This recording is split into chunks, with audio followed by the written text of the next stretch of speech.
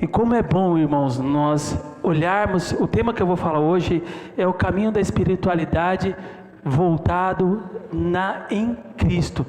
Só podemos encontrar essa espiritualidade em Cristo. E antes da gente ler, a gente vai ler um texto lá de Mateus 17, do versículo 1 até o versículo de número 9, mas antes eu quero só falar um relato para os irmãos. A importância de nós bombardearmos os nossos filhos com a palavra do Senhor nosso Deus.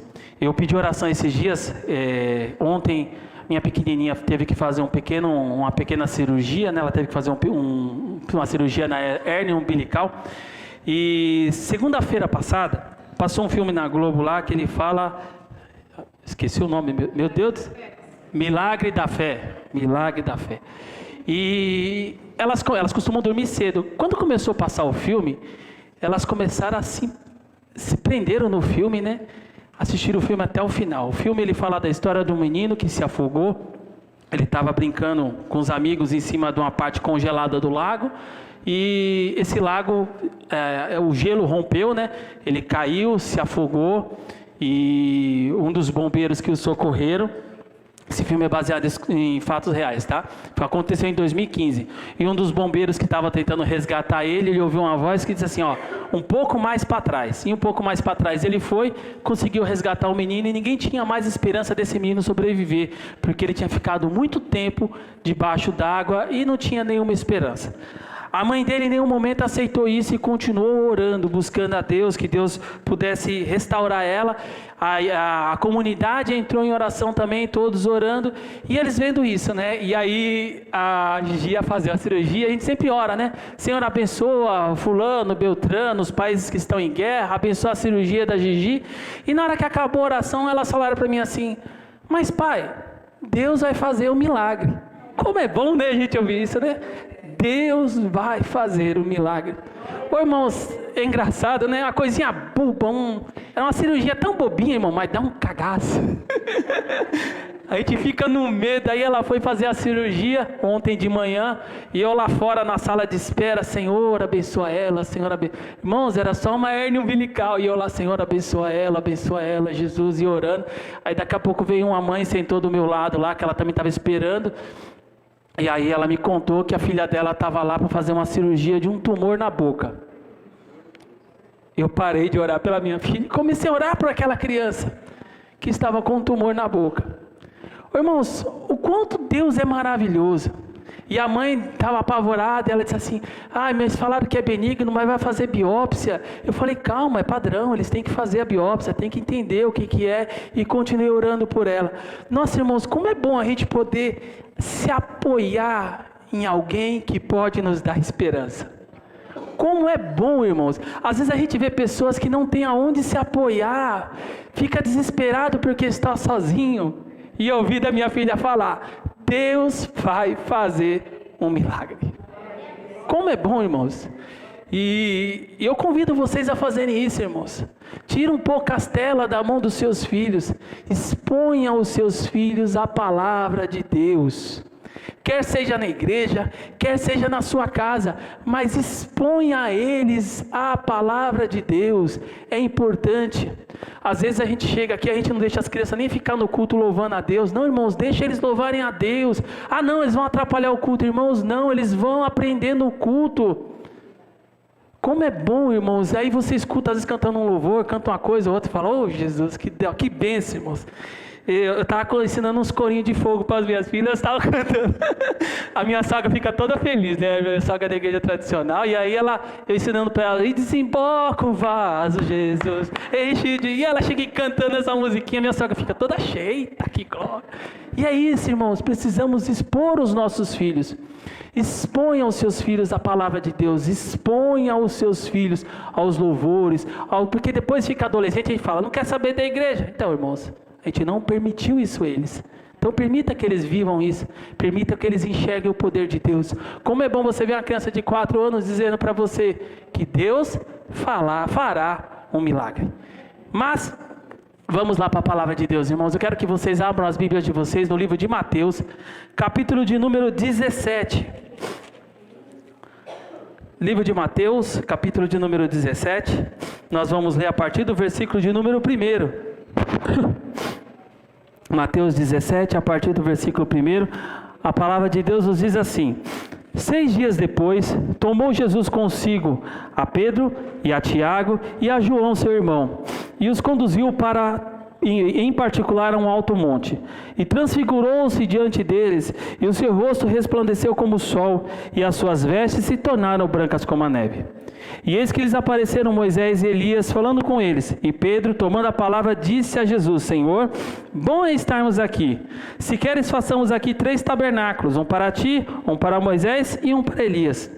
Estando ele ainda a falar, eis que uma nuvem luminosa o cobriu, e da nuvem saiu uma voz que dizia: Este é meu filho amado, em quem me comprazo, escutai-o. E os discípulos, ouvindo isso, caíram sobre os seus rostos e tiveram grande medo. E aproximou-se Jesus, tocou-lhes e disse: Levantai-vos e não tenhais medo. E erguendo ele os olhos, ninguém viram, senão unicamente a Jesus. E descendo eles do monte, Jesus lhe ordenou, dizendo: a ninguém conteis a visão, até que o Filho do Homem seja ressuscitado dentre os mortos. Eu vou pedir para colocar o versículo de número 5. Nós vamos ler só a segunda parte do versículo de número 5, que diz, a parte onde fala: Este é o meu Filho amado, de quem me agrado. Ouçam-no. A palavra de Deus nos fala que Deus se revelou àqueles homens e disse para eles assim: Este é meu filho amado, ouçam-no, o que ele está nos falando. Irmãos, a vida, a cada dia a gente percebe que pessoas vão colocando coisas a mais, né? Que parece que a gente vai se afastando de Deus, né? É livro, é podcast, é Telegram, é não sei o que. A gente vai acompanhando os canais de todo mundo e esquecemos daquilo que é primordial: a palavra do Senhor nosso Deus. Colocamos um monte de livros à frente, não, porque esse livro ele explica, ele fala, mas e a revelação da palavra de Deus? O que você tem feito? Quanto você tem meditado na palavra de Deus?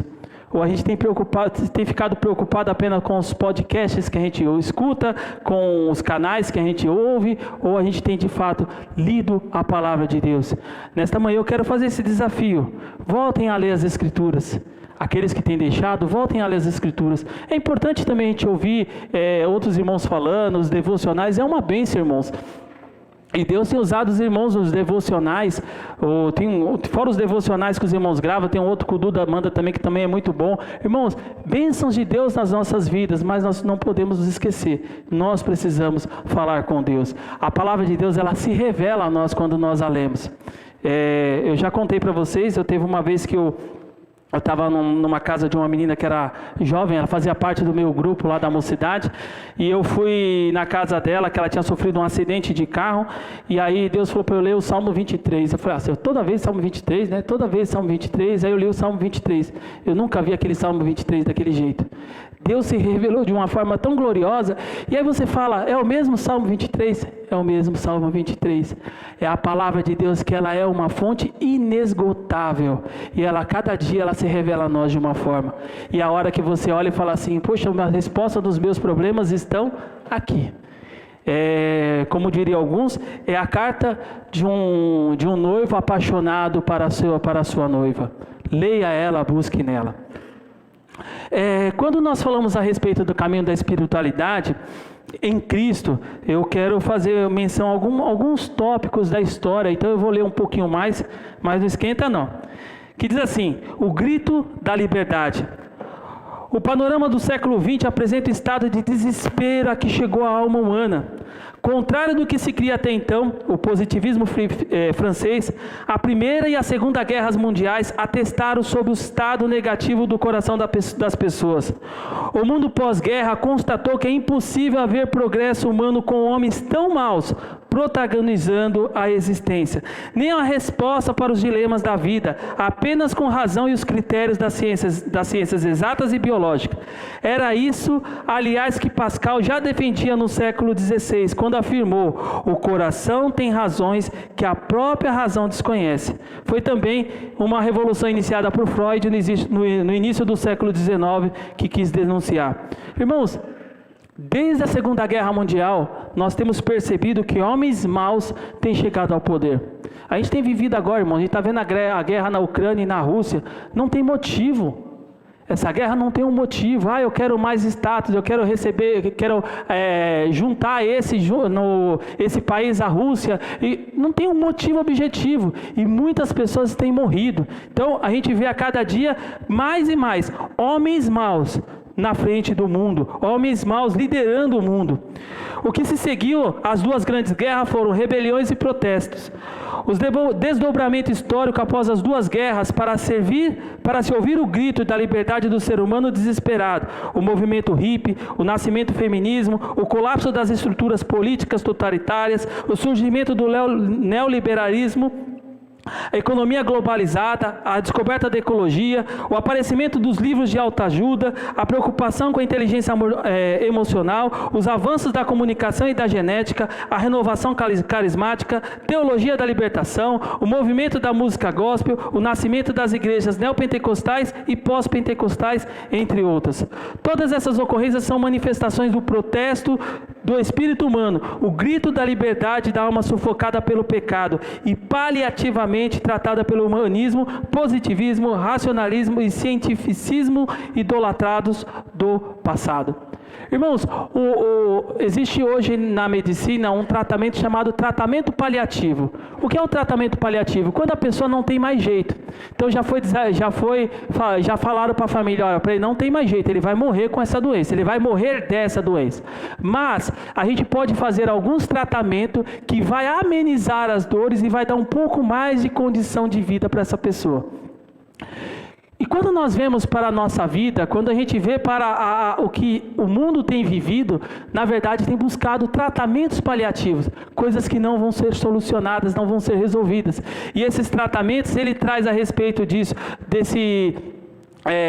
dessa teologia da libertação, fala dos livros de autoajuda. Quantos de nós não temos buscado ajuda nesses livros de autoajuda?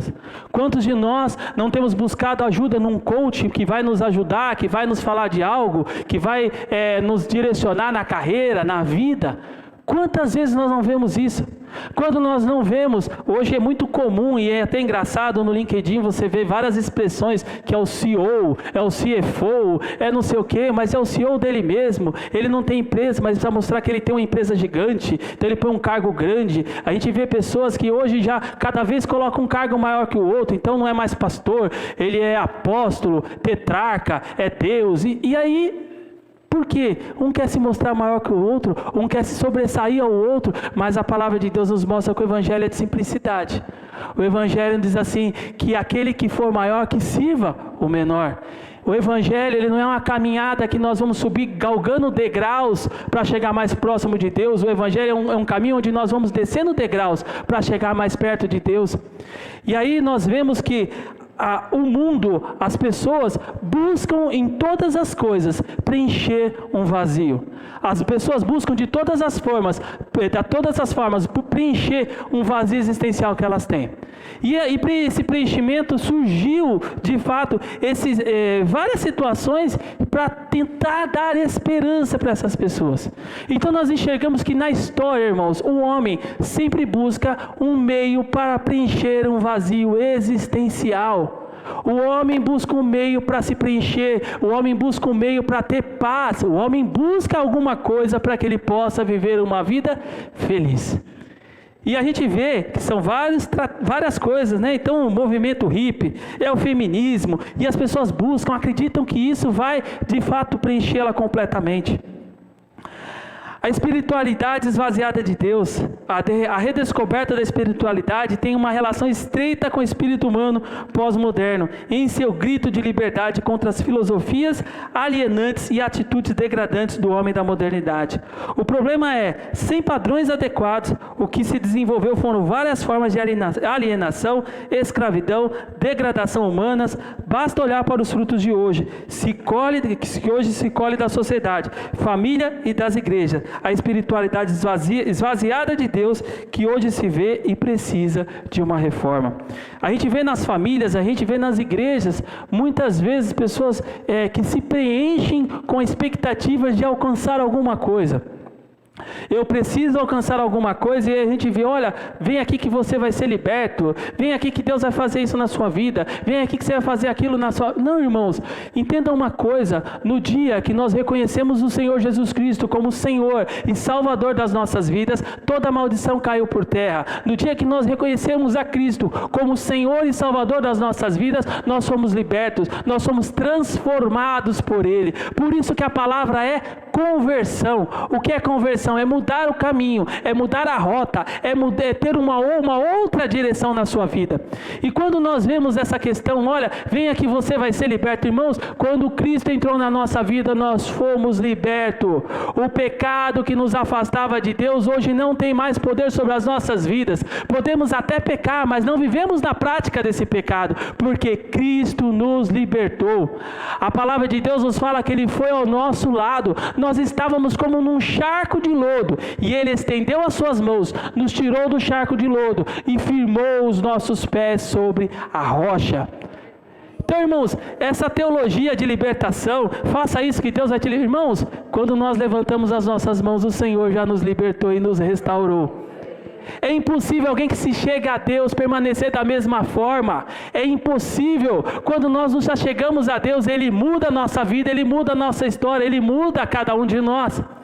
E aí a gente precisamos buscar o quê? Estarmos diante de Cristo, sermos espirituais. O que é ser espiritual? Eu gosto dessa expressão. O que é ser espiritual? A nossa espiritualidade, ela tem que ser cristocêntrica. O que é isso? Através de Cristo. O único meio, irmãos, de nós buscarmos uma espiritualidade é através de Cristo. Não é através de campanhas, não é através de dizeres, de passos, não, é através de Cristo. O próprio Deus fala, ouça o que Ele diz. Ouça o que o nosso Deus diz, o que o Cristo falou. Para a espiritualidade cristã ter a cara de Cristo, ela terá que levar em consideração alguns critérios, pois são eles que definem os seus contornos. Meus irmãos, quando nós olhamos para Cristo, Ele foi contra o seu tempo. Os homens, eles buscavam se afastar dos pecadores. Cristo estava no meio dos pecadores. Os homens recusavam muitas vezes estar perto de algumas pessoas, mas Cristo lá estava. A Bíblia nos fala que uma mulher foi retirar água em torno do meio-dia, e Cristo, Ele mudou o seu caminho para passar lá no poço, e quando Ele chegou no poço, Ele olhou aquela mulher, Ele sabia que aquela mulher estava naquele horário, porque ela queria se afastar das demais pessoas. Ele se aproximou a ela e conversou com ela, e pediu que ela desse água. Ela falou, Senhor, mas você é judeu. Ele falou, eu sei que eu sou judeu.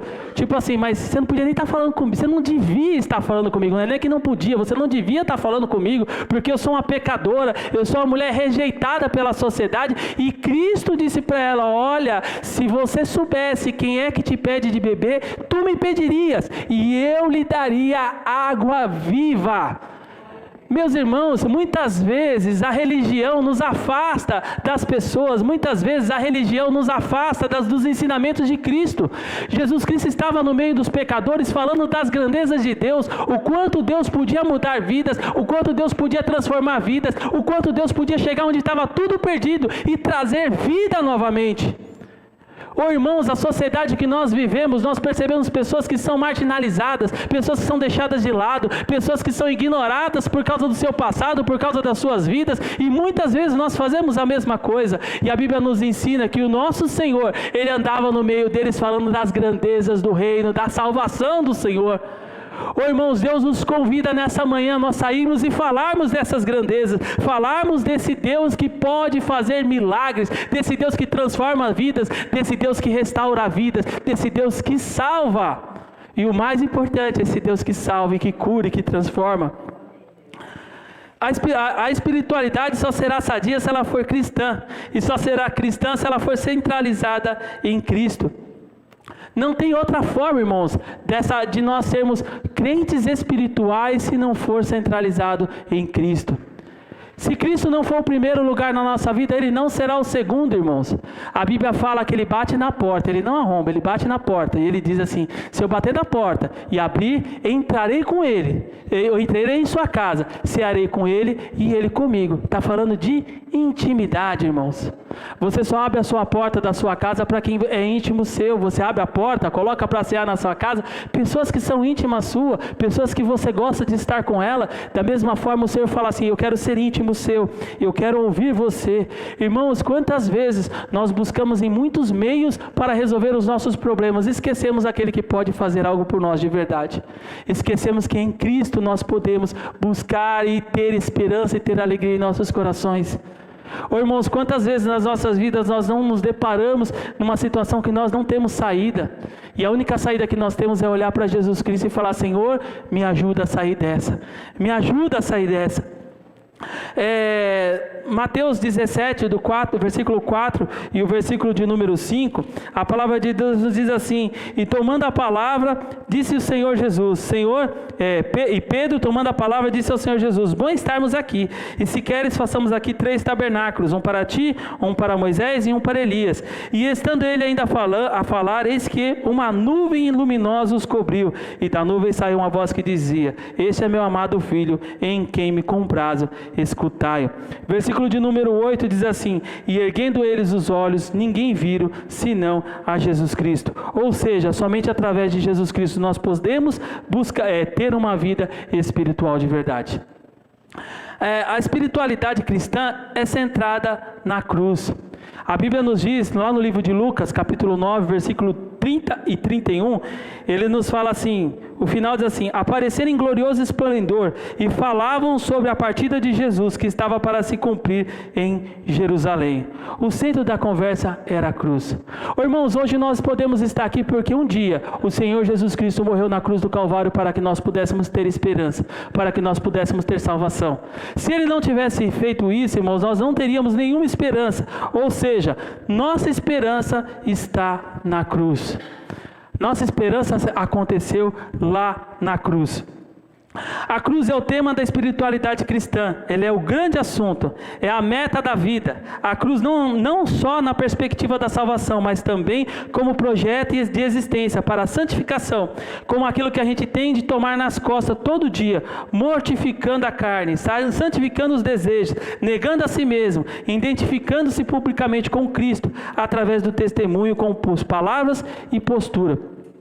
Tem uma história que diz assim, que certa feita um homem chegou para Deus e falou, Senhor, minha cruz está muito pesada. Deus falou para ele, então, pode escolher, vai lá e escolhe. Tinha várias cruzes e ele foi lá, escolheu todas, escolhendo, muito pesada, essa não, essa é muito pesada, e passou o dia lá escolhendo a cruz, até que ele pegou uma cruz e falou, olha, essa tá maneirinha, dá para eu levar. E Deus disse, essa já era a sua cruz. Às vezes, irmãos, a gente reclama tanto da vida, achando que a vida está tão difícil para nós andarmos nela, e Deus nos permite passar por provações que nós podemos suportar. Ele não nos permite passar além daquilo que nós podemos suportar, porque nós vamos desistir no caminho, mas a nossa cruz, ela é de fato do tamanho que nós podemos suportar. Além disso, irmãos, quando nós falamos dessa espiritualidade, quando nós falamos que nós temos que ser parecidos a Cristo, mesmo que a gente tente se esconder, irmão, nós não conseguimos, nós somos identificados. Nós somos identificados. Me lembro uma vez que eu estava ainda cursando ensino médio, eu estava na hora do intervalo, e lá no intervalo, já tinha terminado minha refeição, eu estava lá no canto e um menino me olhava lá de cima, né? Que eu estava na parte de baixo, ele me olhava lá de cima, eu achei estranho, falei, mas tudo bem, deixa pra lá. Daqui a pouco esse menino desceu, olhou para mim e falou assim, você é crente? Falei, sou. Ele falou, bem se viu do seu rosto. Irmãos, como eu fiquei feliz naquele dia, sabia? Falei, eita, sou crente. Semana passada o pastor Moisés pregava, ele disse assim, que ele estava num bate-papo tão gostoso, aí o cara, você é crente? Ele falou, bagunçou agora. Irmãos, não dá para esconder, não dá para esconder. A face de Cristo, ela precisa resplandecer em nosso rosto, irmão. A nossa palavra precisa ser temperada com sal. A nossa palavra são palavras de esperança, de transformação, de vida. Irmãos, não dá para se esconder. As pessoas vão descobrir. Não quero que ninguém saiba que eu sou cristão, irmão. Sinto muito. Vão descobrir. Carregar a cruz é uma condição inegociável, é cláusula pétrea para o discipulado, até porque a espiritualidade só se manifesta de forma sadia se for vivenciada na perspectiva da cruz e das propostas da vida para as quais ela nos desafia. Sem a cruz, o que sobra é o narcisismo, o comodismo, o egocentrismo e etc. Irmãos, através da cruz, desse sacrifício de Deus na cruz do Calvário, sacrifício de Cristo na cruz do Calvário, e esse modelo nosso, que nós temos que carregar essa cruz, vivenciando os problemas da vida e sabendo que Deus está ao nosso lado para nos ajudar em todos os momentos. Através disso, irmãos, o Senhor vai forjando o nosso caráter, o Senhor vai nos ajudando, o Senhor vai nos concedendo experiências com Ele, Ele vai nos marcando na nossa caminhada cristã. Irmãos, melhor coisa do mundo é vivenciarmos experiências com Deus. Nós vamos na vida vivenciando experiências com Deus e Deus vai nos marcando em nossas vidas. Irmãos, se você parar para pensar hoje, eu não sei se algum de vocês teve algum ferimento, teve um cachorro que me mordeu, um cachorro que eu tinha, ele me mordeu bem na mão.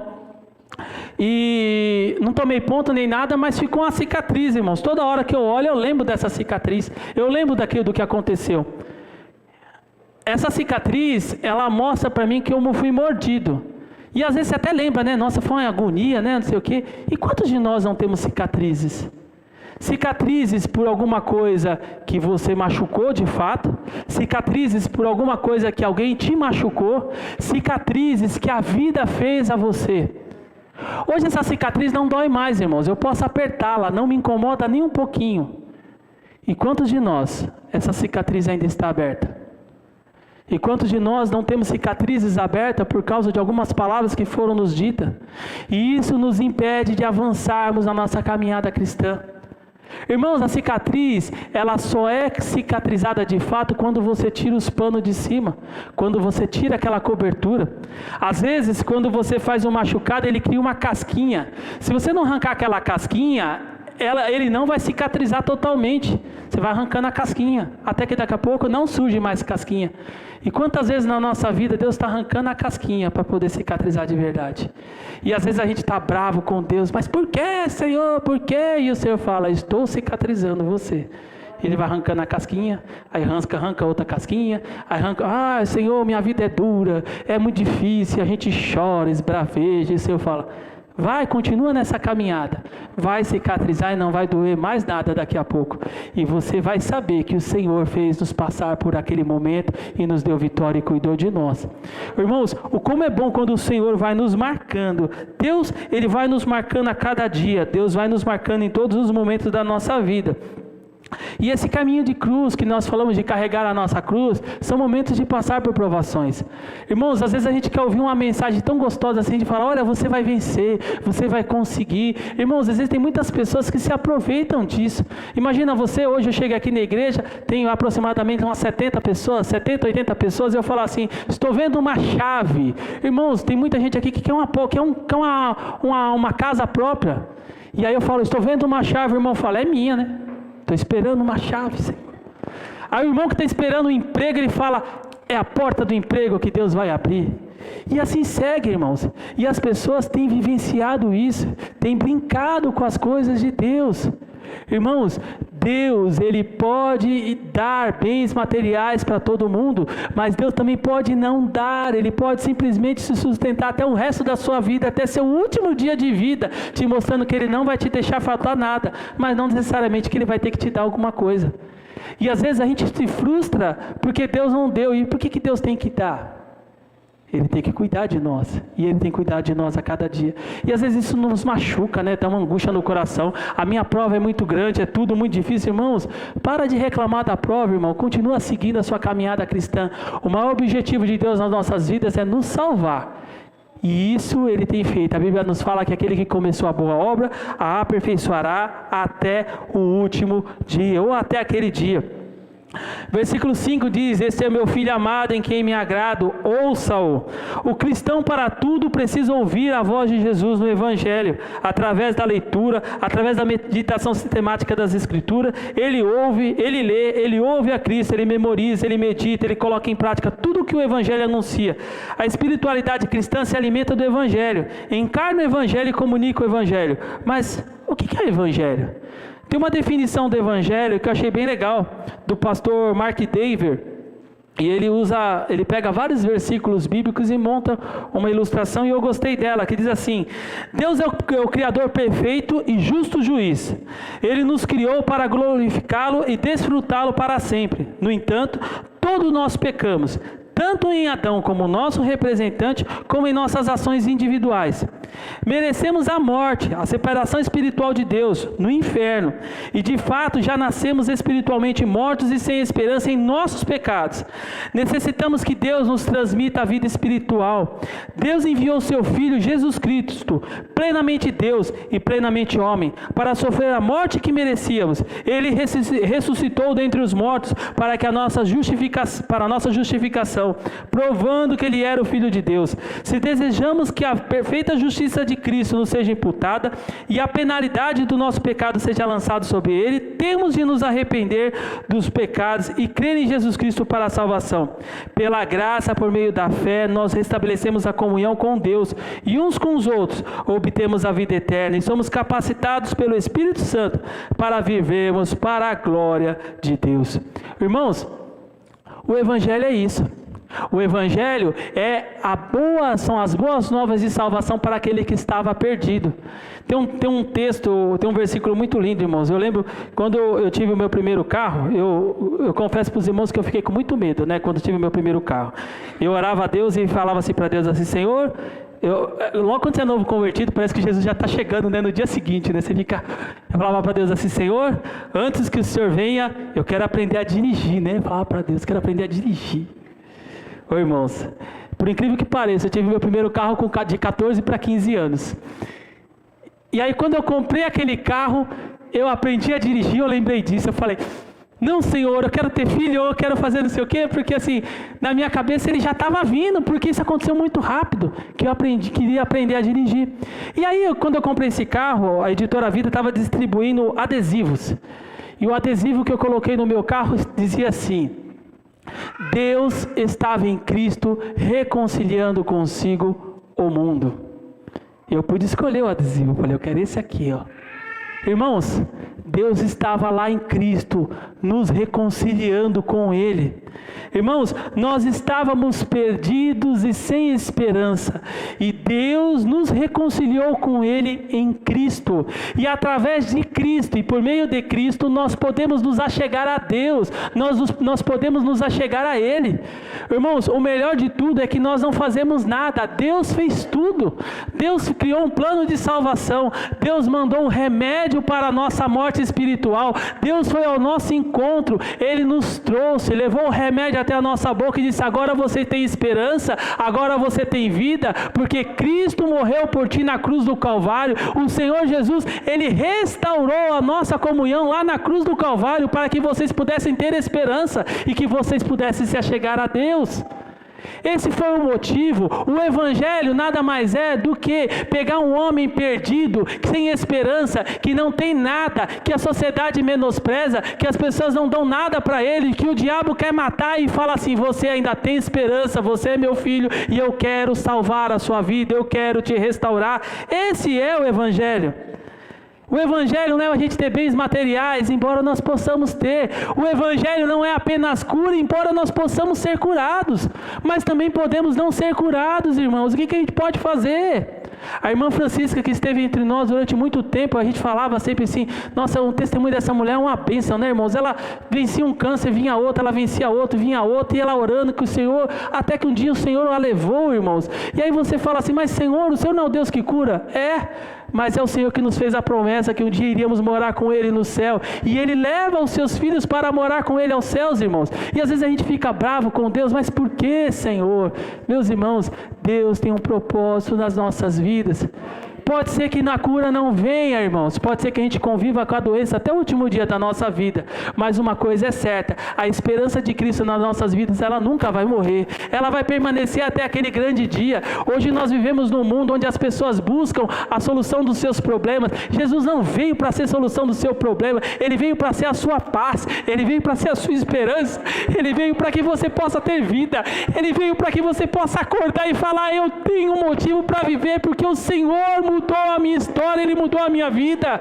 Mas eu tenho problemas e eu vou continuar vencendo os problemas. Às vezes eu posso até perder, mas o Senhor está do meu lado para me ajudar em todos os momentos.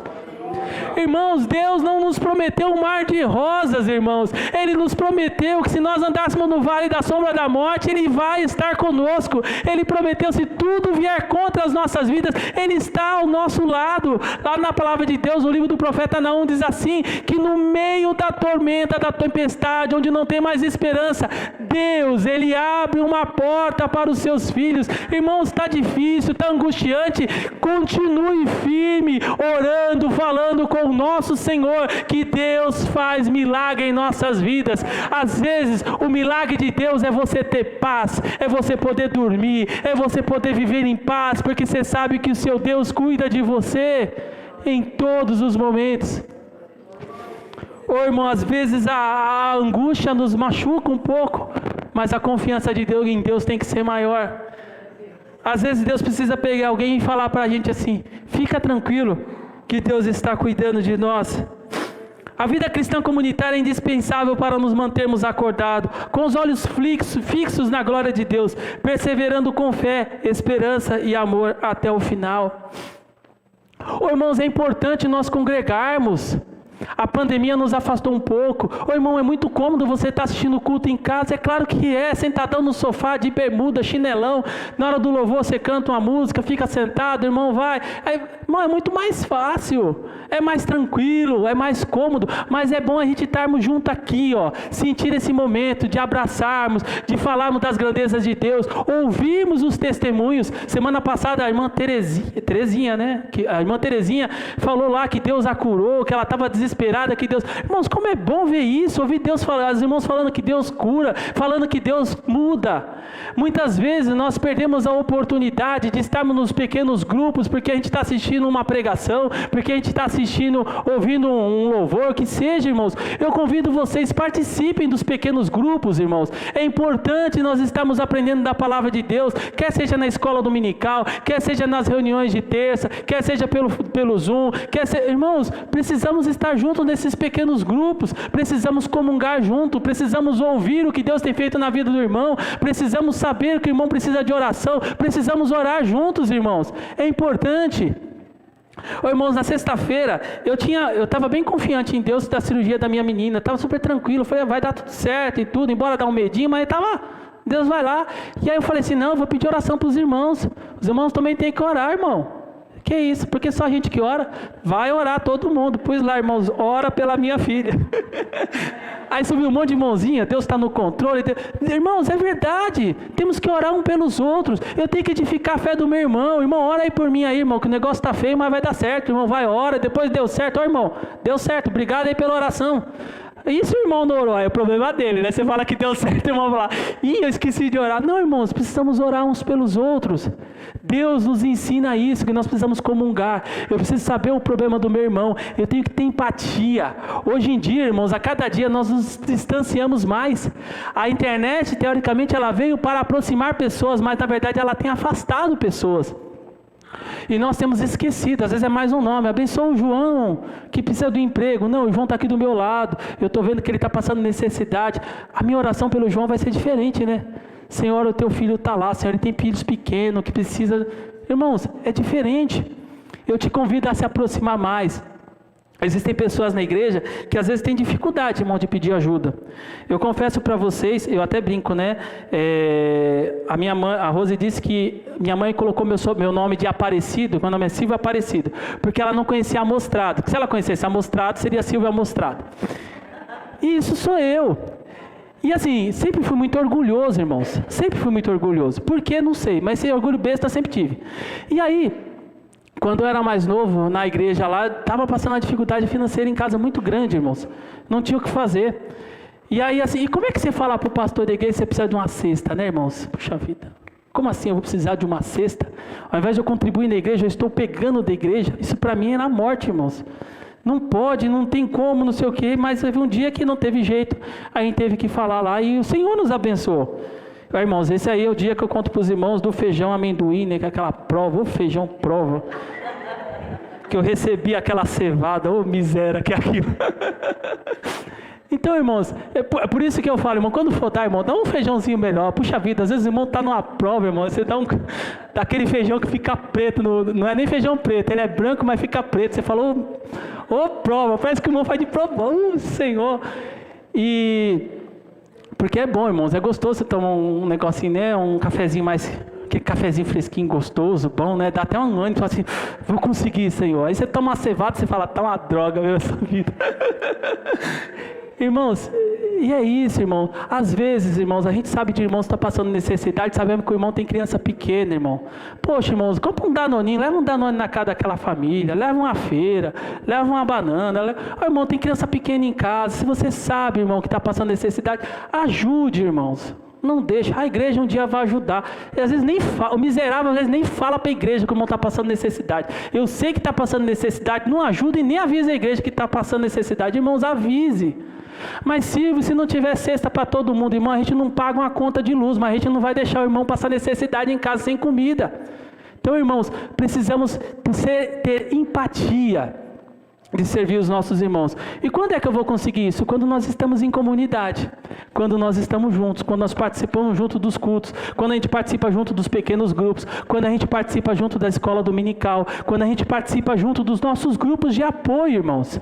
As irmãs de quarta-feira, né, tem os encontros, de quinta-feira tem os encontros com as irmãs. Irmãos, como é bom isso, irmãos. As irmãs choram, falam das suas dificuldades, conta a bênção, aí a Sueli já chega para os irmãos, conta a bênção, irmão, conta a bênção. E aí também tem o momento de contar as tristezas, as desgraças, as frustrações da vida, irmãos, que acontecem. E muitas vezes a pessoa precisa de se abafar com alguém, e aí, cadê o irmão para ouvir? Não está aqui, porque não, eu estava ali fazendo... Não, irmãos, precisamos estar juntos, precisamos congregar, precisamos estar juntos nesses pequenos grupos, que através disso nós vamos crescer em Cristo, nós vamos nos aproximar mais de Deus. Como é importante nós nos aproximarmos mais de Deus. Esse é o fruto da espiritualidade cristã, fé, esperança e amor, e em tudo que se faz. Fé para encarar a vida, esperança para atravessar os vales e amor para entregar-se ao reino, entregar-se no reino e na sociedade. Irmãos, nós precisamos nos entregar, precisamos ajudar, precisamos estar disponíveis, irmãos. Quantas vezes nós nos tornamos pessoas indisponíveis? As pessoas precisam de ajuda e ele não consegue chegar em você, porque parece que existe uma barreira tão grande que ele não consegue te pedir ajuda, ele não consegue chegar perto de você e você às vezes fica se retraindo e não deixa, irmãos. Irmãos, eu te convido nesta manhã, se disponibilize, sirva ao Senhor, participe desses pequenos grupos, ajude os irmãos dos pequenos grupos, que você vai ver que vai ser uma grande bênção nas suas vidas. Irmãos, a nossa fé é edificada quando nós vivemos experiências com Deus que nós precisamos na nossa vida e são solucionadas, a gente sente o mover de Deus, sente o cuidado de Deus, e quando Deus faz isso na vida de outras pessoas, na vida dos nossos irmãos, como é bom nós enxergarmos isso e ver o quanto Deus é grandioso e maravilhoso. Eu gosto de contar o testemunho de dois irmãos, o Silvio e o Silvério. Não sou eu, tá? O Silvão e o Silvério. Eu até falei no começo que às vezes eu falava para Deus assim que o meu testemunho era tão pequenininho, nunca fiz nada de errado, vim para a igreja muito cedo. E o Silvão e o Silvério, eles eram dois dependentes químicos.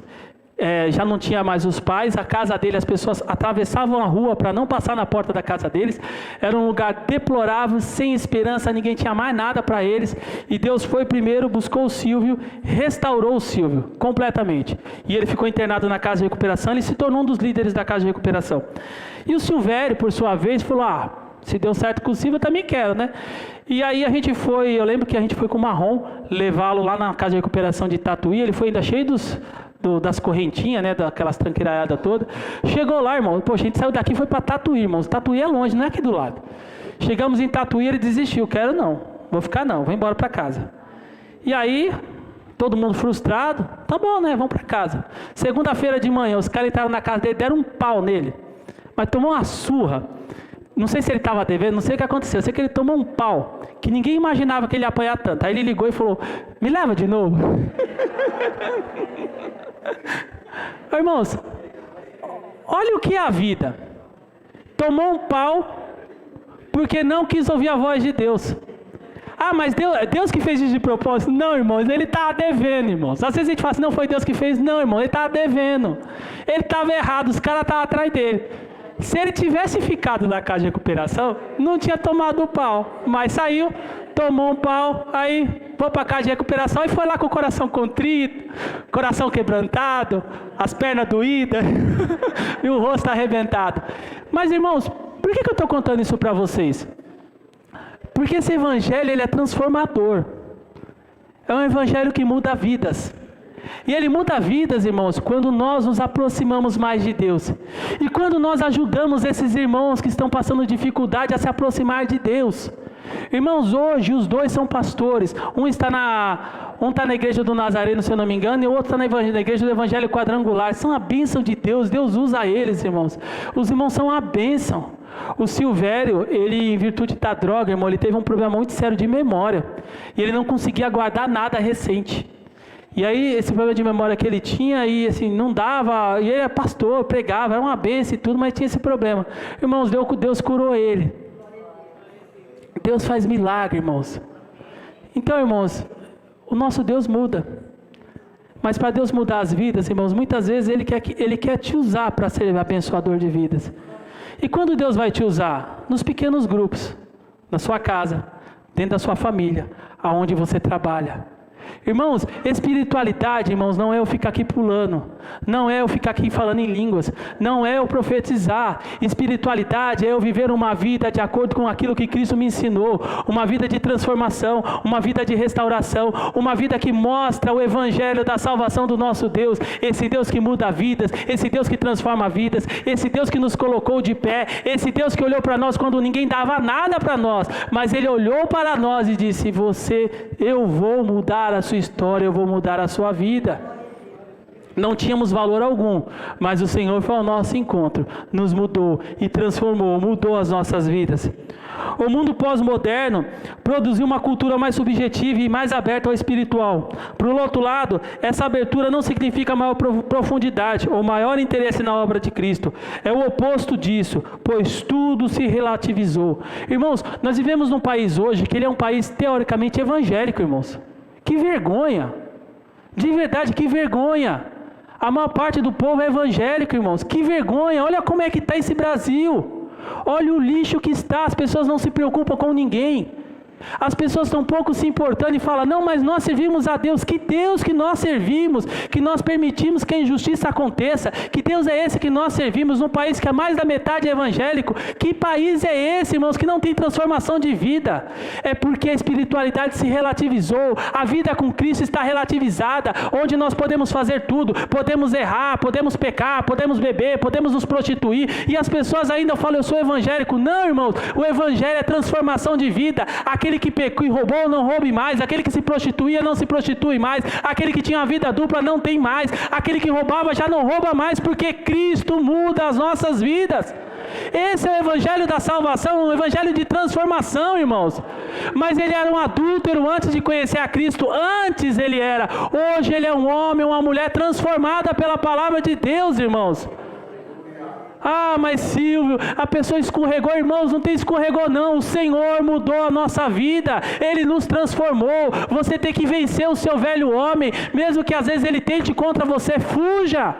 A Bíblia nos diz uns conselhos para os jovens, diz assim: fuja dos desejos da mocidade. Não é para suportar não, irmão, não é para ficar aguentando não. Vai embora, não fique, que o Senhor vai nos ajudar, mas fuja dos desejos da mocidade.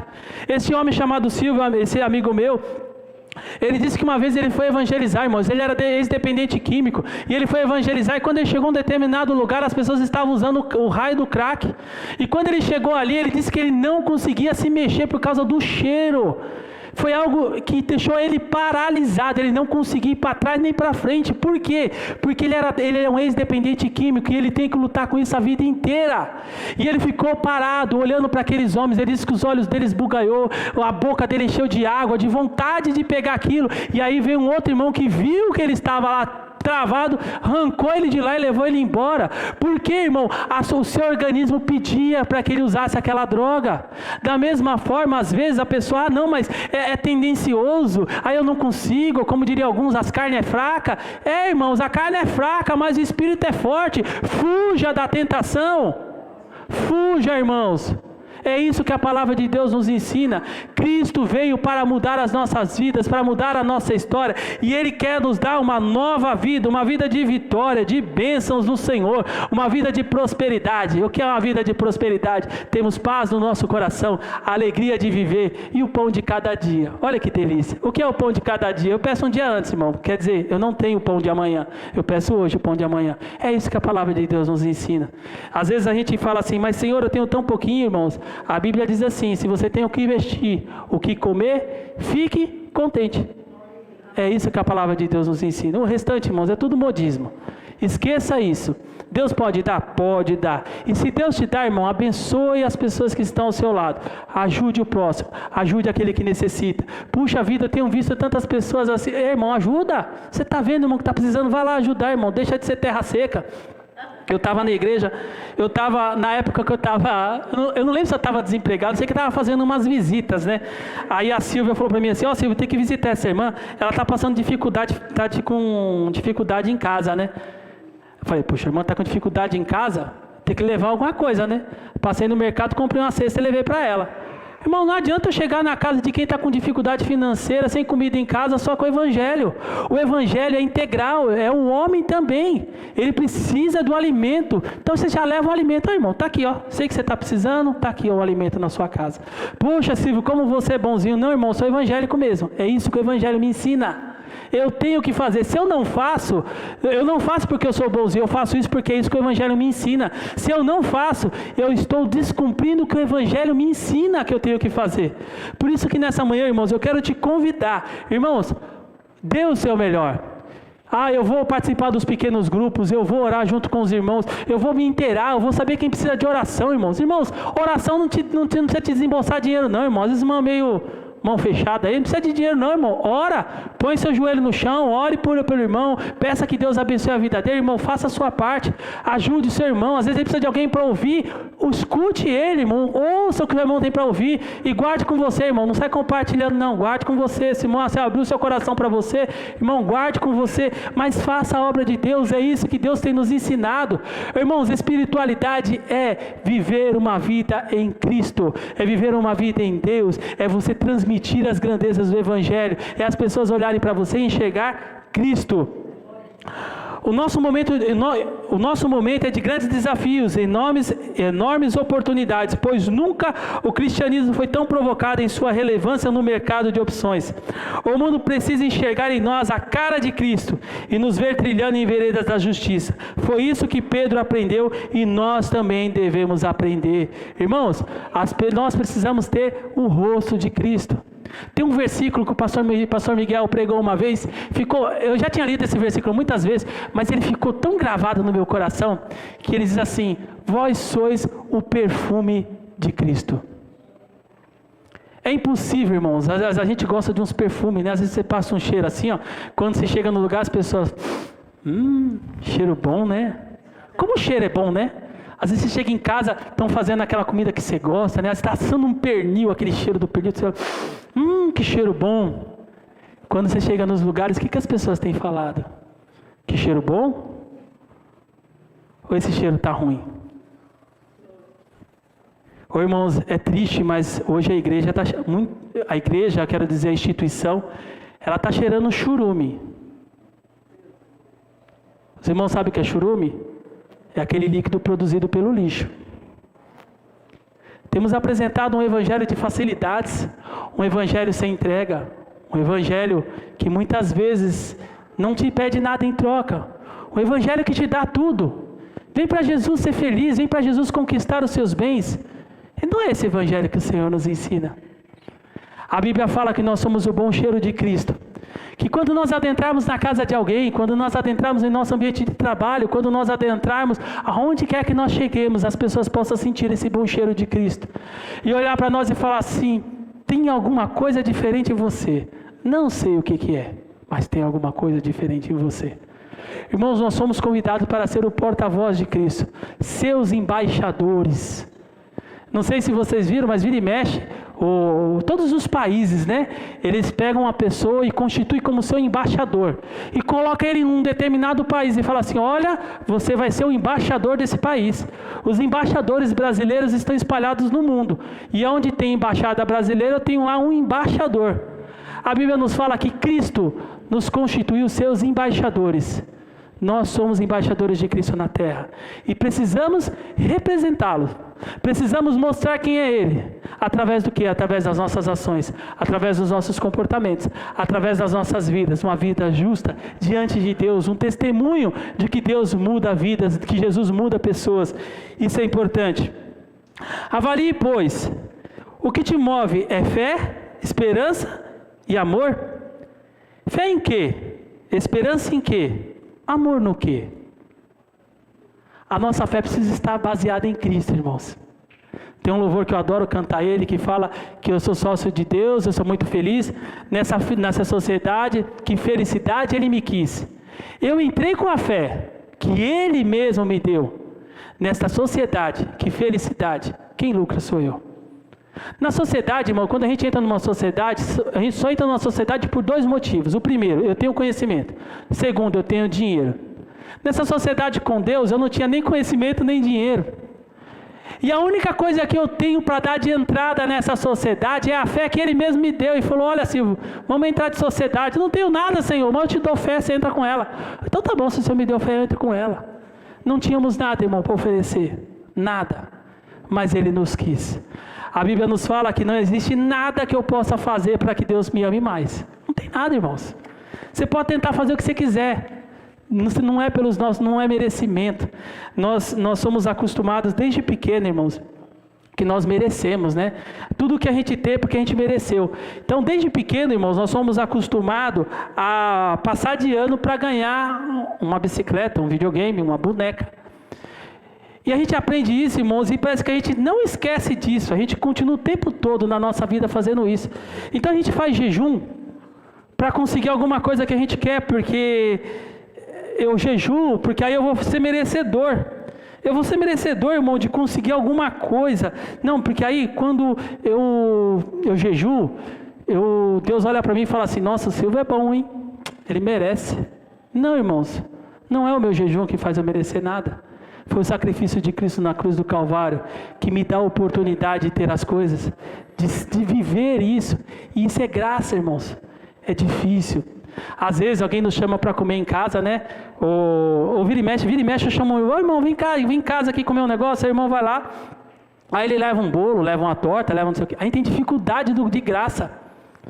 Você vai convidado para casa de alguém, você quer levar alguma coisa. Por que você quer levar alguma coisa? O de graça nos incomoda. E se você não leva alguma coisa, você chega meio... Puxa, eu não levei uma flor, não levei... Alguma coisa você quer levar. Porque esse de graça parece que nos incomoda, irmãos. Assim é a fé. Assim é essa salvação que Deus nos deu. Ela é de graça. Você não precisa fazer nada. Não tem um sacrifício que você precisa fazer. Só precisa mudar de vida, que é o próprio Deus que nos ajuda a mudar de vida. É o próprio Deus que nos ajuda a mudar de vida. E para finalizar, irmãos, eu quero ler um texto aqui no livro de Hebreus, capítulo 10, versículo 23 ao 25, que nos diz assim: retenhamos firmes a confissão da nossa esperança, porque fiel é o que prometeu. E consideremo-nos uns aos outros para nos estimularmos ao amor e às boas obras, não deixando a nossa congregação, como é costume de alguns, antes admoestando-nos uns aos outros, há tanto mais quanto vedes que se vai aproximando aquele dia. Então, irmãos, vamos nos aproximar, vamos comungar, vamos estar juntos, vamos ajudar os nossos irmãos. É isso que o Evangelho nos ensina. Espiritualidade é vivermos uma vida com Cristo, tendo Cristo como centro das nossas vidas, tendo Cristo como principal nas nossas vidas. E quando nós fazemos isso, nossas vidas mudam. Nossas vidas mudam. Somos transformados, somos restaurados, porque Ele nos ama e Ele nos quer bem. Amém?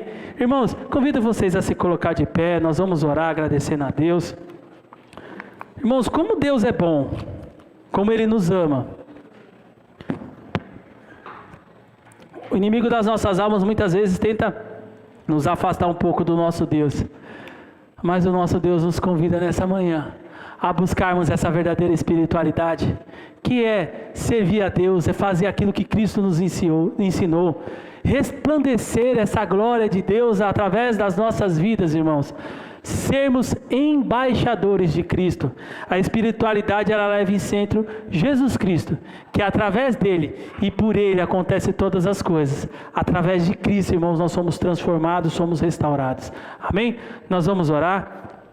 Senhor nosso Deus e Pai, nesta hora, Jesus, nós te louvamos, te adoramos e agradecemos ao Senhor pelo teu amor, ó Deus amado, para com as nossas vidas, esse teu amor, ó Deus amado, que transforma, Pai amado, os nossos corações, que nos transforma, que restaura cada um de nós, que nos dá esperança, que nos coloca de pé, que nos ajuda, Senhor amado, nos momentos de dificuldades, ó Senhor. Pai, eu peço a Ti nesta hora, Senhor, visita cada um dos Teus filhos, ó Pai amado, que se encontram aqui, esses, ó Deus amado, que estão nos assistindo, ó Pai amado, pela internet, Senhor.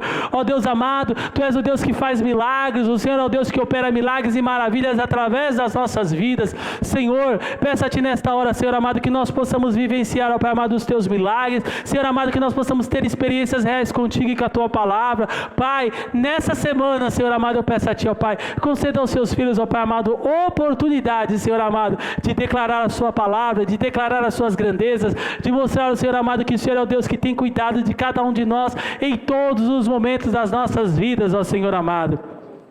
Ó Deus amado, eu te peço, nos ajuda, Senhor amado, na nossa caminhada, Senhor. Ó Pai, coloca a fé aos nossos corações, ó Senhor amado. Permita-nos, ó Pai amado, aprendermos mais de Ti, Senhor, e da Tua palavra, Senhor. É no Teu nome, Jesus, que nós te pedimos nesta hora, Senhor. Nós te louvamos e te agradecemos hoje e sempre, Senhor. Amém, Jesus. Amém, Senhor.